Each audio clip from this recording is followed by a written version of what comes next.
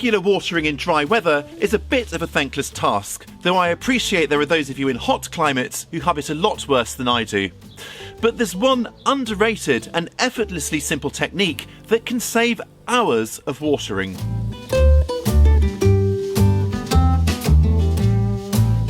I'm talking about mulching, of course.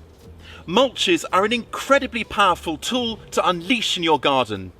By shading the soil, they help to conserve soil moisture, reducing the amount you have to water by as much as 2/3.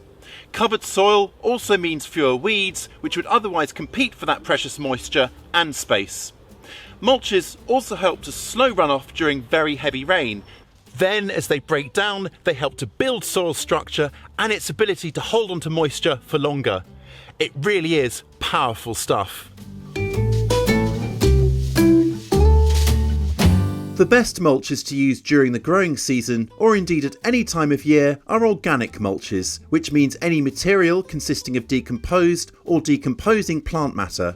Grass clippings, bark chippings, straw, compost and leaf mould, which is made from old leaves, are just a few examples. Woody mulches like bark chippings or shredded prunings are great to use around permanent plants like fruit trees and bushes. Lay it up to 2 inches or 5 centimetres thick, but take care to keep stems and trunks clear to prevent problems with rotting. Woody mulches break down slowly and may last up to a couple of years before they need replenishing. You'll need to water really thoroughly to ensure the water reaches the ground below, but on the flip side, you won't have to water nearly as often.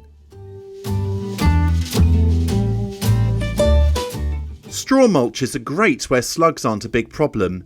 They are particularly suitable for spreading around more established, larger plants like tomatoes, squash and of course strawberries.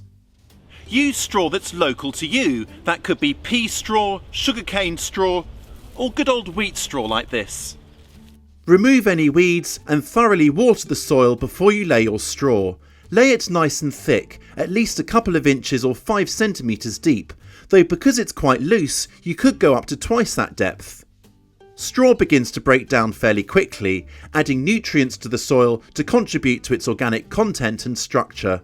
You can also lay it around smaller plants, but be careful not to swamp them, and in wetter climates where slugs are more active, avoid laying mulch until plants are a little bigger. Dried grass clippings are an excellent and readily available alternative to straw. The finer texture of clippings make them a fantastic organic mulch to use throughout the vegetable garden. Just lay them on beds as you collect them. If it's windy, water your straw or grass mulch once you've laid it to help settle it into position. Then when you need to water your plants, aim the water at the base of plants and be really thorough so it can penetrate the mulch to reach the soil beneath. In some cases, you may find it easier to peel back mulch, water, then put it back again. Then there's lovely, crumbly garden compost, which makes for one of the most nutrient-rich mulches that's soon incorporated into the soil by all the worms and other soil fauna. Use it around actively growing plants once you've weeded and watered. If you can't make enough compost or have a very large area to mulch, it may prove worthwhile buying bulk bags of compost or other mulch delivered to your door. Again, watering through a mulch of compost is simply a case of being thorough, so the root zone beneath it gets a good soaking. What you use ultimately depends on what you can easily get hold of. For me, it's shredded prunings, straw from a farmer friend, and then of course there's the compost I make.